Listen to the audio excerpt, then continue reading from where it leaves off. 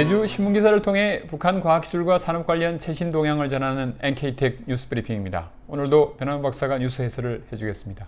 반갑습니다. 안녕하세요. 날씨가 좀 추워졌죠? 예. 최근 북한에서는 난관을 극복하기 위해 과학기술 중시를 국풍으로 확립해야 한다고 연이어 강조하고 있습니다. 그리고 올 한 해 마무리 과정 중에 화학공업성 농업연구원 등의 연구개발 성과에 관련된 기사도 이어지고 있는 것 같습니다. 그러면 첫 번째 주제를 살펴보겠습니다.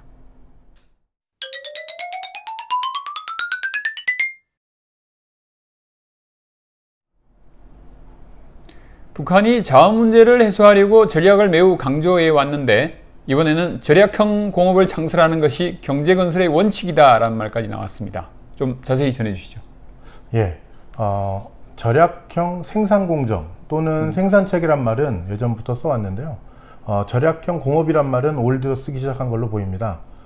특히 이제 2017년 하반기에 그 현대화를 마친 류원 신발 공장이나 평양 화장품 공장을 그 절약형 공장의 본보기로 내세우면서 절약형 생산공정 확립을 독려해 왔는데 아직도 금속공업이나 화학공업에 전력을 과소비하는 생산공정들이 남아있다. 그리고 다른 부문에서도 전기나 노동력, 물을 낭비할 수 있는 요소들이 존재한다고 지적했습니다. 결국 그 절약형 공업이라는 건 낭비 요소를 각 공업에서 줄여나간다는 걸 의미하고 있습니다. 그러면 절약형 생산공정을 도입한 사례도 있겠군요. 예, 그렇습니다. 예를 들어서 삼천매기 공장은 물 절약형 생산 방법을 도입해서 한 번 이용한 물의 80%를 재활용한다고 하고 예, 온천 화강석 광산은 돌을 자르고 다듬는 그런 공정들을 전기 절약형으로 개조했다고 전했습니다. 그리고 천내리 시멘트 공장은 여러 생산 공정에 그 효율이 좋은 주머니식 제진기를 도입해서 많은 양의 폐설물을 재자원화했다고 주장했습니다. 그래도 미진한 공장이 많을 텐데 절약형 공정을 확립하기 위해 북한 당국이 내린 조치나 방안이 있나요? 예, 특별히 다른 지원보다는 강한 통제를 통해서 하려는 것 같습니다. 경제관리와 관련된 그 법과 규정을 잘 지키는지에 대해서 감독과 통제를 강화하고 위반 사례를 엄격히 다뤄야 절약 사업에서 진전을 볼 수 있다. 그런 자세인 것 같습니다. 그렇군요. 김정은 위원장 집권 이후에 북한이 환경과 관련된 법조항 규정들을 많이 만들었다고 알려져 있는데 앞으로 이 조항들이 과연 잘 실행되는지 관리 감독을 잘하는지 엄격히 진행되는지 지켜봐야 될 것 같습니다. 이제 두 번째 주제입니다.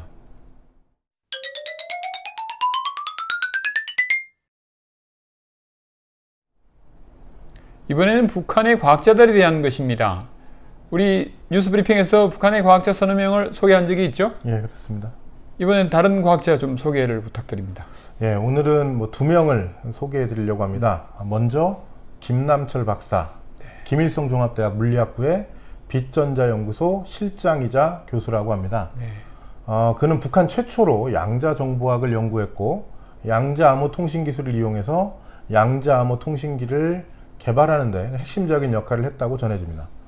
그리고 30대 박사학위를 받았고 외국어도 여러 개 구사한다고 하고 국제학술지에 20건 이상의 논문을 발표해서 국제인명사전에도 등재되었다고 하는데 아직까지 어떤 인명사전인지 정확히 확인하지는 못했습니다. 대신에 북한 내에서는 2018년 국가 최우수 과학자 기술자로 선정되기도 했습니다. 그렇군요. 상당한 분입니다. 북한이 세계 추세를 강조하고 있는데 최근 몇 년 사이에 급속하게 부상한 양자정보학 분야에도 김남철 박사가 있다는 걸 알 수 있습니다. 다음 과학자는 어떤 사람입니까? 예, 그 국가과학원 기계공학연구소의 그 김정학 연구사입니다. 아직 30대인 김정학은 이과대학 물리학부를 졸업하고 김책공대 기계과학기술학부에 또 입학해서 두 곳을 다 최우등으로 졸업했다고 합니다. 그리고 그는 그 연구소에서 연구를 시작한 지 몇 년 되진 않았지만 수학, 물리학, 역학 지식이 탄탄하고 여러 외국어도 구사해서 일찍부터 두각을 나타냈다고 하고요. 특히 이제 본인이 취약했던 그 공구 분야에서도 그 경질 합금 드릴, 그러니까 크롬이나 텅스텐, 티타늄 합금으로 만든 경도가 높은 그런 합금 드릴의 성능을 개선하는 연구 성과가 있다고 합니다. 북한 신문은 이 사람을 소개하면서 운동도 잘하고 겸손하고 예절도 바르다고 이렇게 얘기를 해서요. 전형적인 엄친아가 아닌가 이렇게 생각을 했습니다. 그렇군요. 이 말씀을 들어보니 이미 굵직한 성과를 냈다고 평가받는 김남철 박사와 달리 김정은 연구사는 젊은 연구사로 앞으로의 기대가 더 크기 때문에 보도된 거 아닌가 생각이 듭니다. 네, 그렇습니다. 이제 마지막 주제입니다.